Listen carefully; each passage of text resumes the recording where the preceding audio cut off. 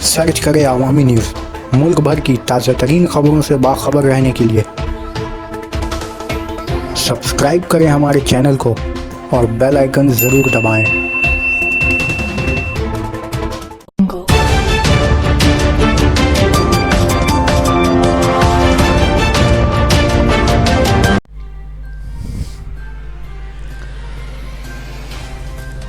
नारदा मामला में सीबीआई के सामने पेश हुए सोक्ता राय और मदन मित्रा।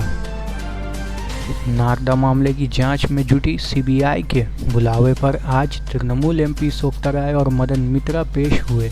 सीबीआई जराये के हवाले से बताया जा रहा है कि तफ्तीशी एहलकारों ने मदन मित्रा और सोक्ता राय की आवाज़ के नमूने हासिल कर लिए हैं, जिन्हें उनसे कब्ल पेश हुए सुब्रतो मुखर्जी और एसएम मिर्ज़ा के साथ ही वीडियो फुटेज के साथ लेबोरेटरी भेजा जाएगा।